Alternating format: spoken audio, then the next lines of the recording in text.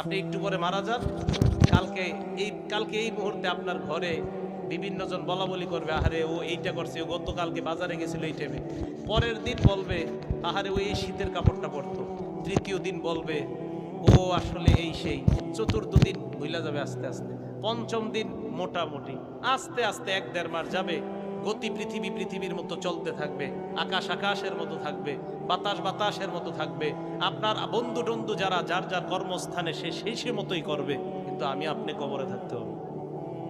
এটাই চূড়ান্ত বাস্তবতা। ইমানদারকে যখন বলবে আমি ইমানদারকে সত্যায়ন করলাম, আমার ইমানদার বান্দা যা বলছে সত্য কথা, এই কথা বলার পর আল্লাহ বলেন আফরিশুহু মিনাল জান্নাহ, আমার ইমানদার বান্দাকে কবরের মধ্যে দুনিয়ার মানুষ 3টা পাতলা কাপড় দিয়ে পাঠাইছে। আল্লাহ বলবে আফরিশুহু মিনাল জান্নাহ, আমার বান্দার কবরে আমার বান্দার শরীর